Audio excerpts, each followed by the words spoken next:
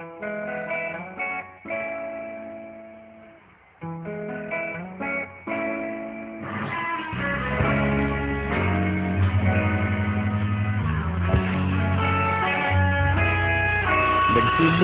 ang lahat sa eskwela, nagsama-samang 12 sa kalokohan at sa tuksuhan, hindi maawat sa isa't isa.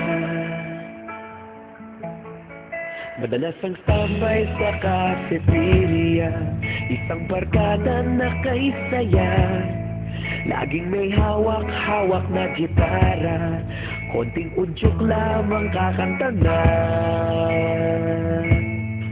Kay simple lamang ng buhay noon, walang mabibigat na suliranin, problema lamang laging kulang ang datong. Saan na napunta ang panahon? Saan na nga ba? Saan na nga ba? Saan na napunta ang panahon? Saan na nga ba? Saan na nga ba? Saan na napunta ang panahon? Sa unang ligaw kayo'y magkasama, magkasabwat sa pambobola, walang sikreto kayong tinatago, okay sarap ng samahang barkada. Nagkawatakan na sa kolehiyo, kanya-kanya na ang nilakaran, kahit minsanan na lang kung magkita, pagkakaibigay hindi nawala. At kung saan na napadpad ang ilan, sa dating eskwela meron din naiwan, meron pa ng mga ilang nawala na lang, nakakamiss ang dating samahan. Saan na nga ba? Saan na nga ba? Saan na nga bang barkada ngayon? Saan na nga ba? Saan na nga ba? Saan na nga bang barkada ngayon?